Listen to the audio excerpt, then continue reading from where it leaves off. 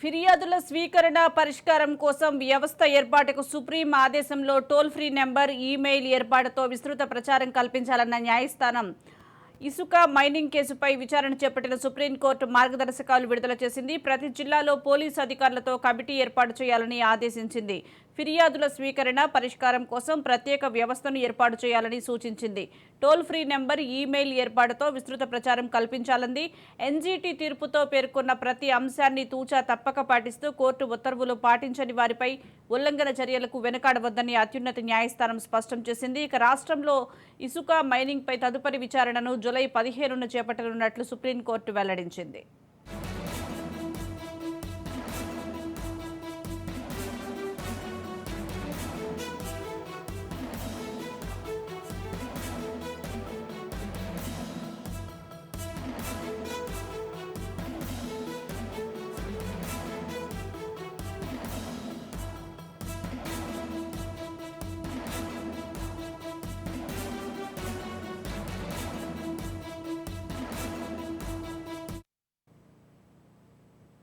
కేంద్ర పర్యావరణ శాఖ తరచూ తనిఖీలు చేపట్టాలని, తనిఖీల సమాచారం రాష్ట్ర అధికారులకు ఇవ్వనవసరం లేదు. కోర్టు ఉత్తర్వులు ఉల్లంఘిస్తే చర్యలకు వెనకాడవద్దు. ఎన్జీటీ తీర్పులో ప్రతి అంశం తప్పక పాటించాలని కేంద్ర అధికారులు గుర్తించిన మైనింగ్ ప్రదేశాల వివరాలు రాష్ట్ర ప్రభుత్వానికి ఇవ్వాలి.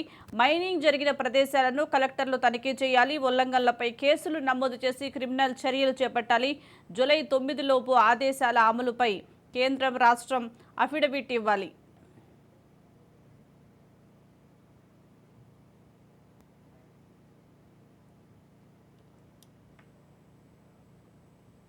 దీనికి సంబంధించి మరింత సమాచారం మా ప్రతినిధి శివకుమార్ అందిస్తారు. శివకుమార్.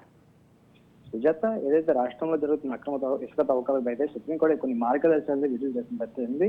ఏదైతే ఫిర్యాదుల స్వీకరణ పరిష్కారం కోసం అయితే ప్రతి జిల్లాలో పోలీసు అధికారులు అయితే ఒక కమిటీ ఏర్పాటు చేయాలి.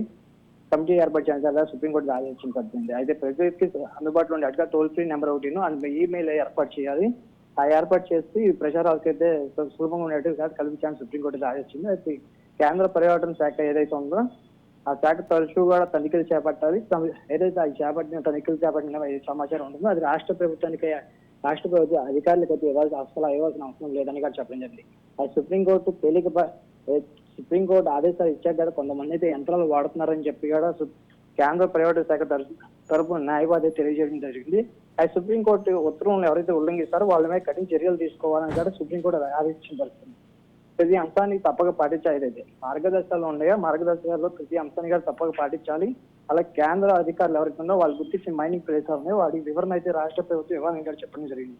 అయితే ఆయా ఏదైతే జిల్లాలు ఉంటాయో ఆ జిల్లా ప్రదేశాలకు సంబంధించి జిల్లా కలెక్టర్లు అయితే తనిఖీలు కూడా చేపట్టాలి. అదే ఎవరైతే ఈ ఉల్లంఘిస్తారో సుప్రీంకోర్టు మార్గదర్శకాలను ఉల్లంఘిస్తారో వారిపైన అయితే కేసులు నమోదు చేసి క్రిమినల్ చర్యలు కూడా చేపట్టాలని చెప్పింది. మరి అయితే నెక్స్ట్ ఏదైతే జూన్ 9వ తేదీలోపు కూడా ఈ ఆదేశాలను అమలు చేసి కేంద్ర ప్రభుత్వం రాష్ట్ర ప్రభుత్వం ఏదైతుంది ఆ ప్రభుత్వాలు రెండు కలిపి అఫిడవిట్ సమర్పించాలని కూడా చెప్పడం జరిగింది.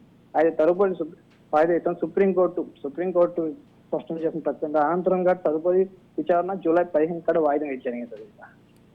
Right, thank you Shivakumar.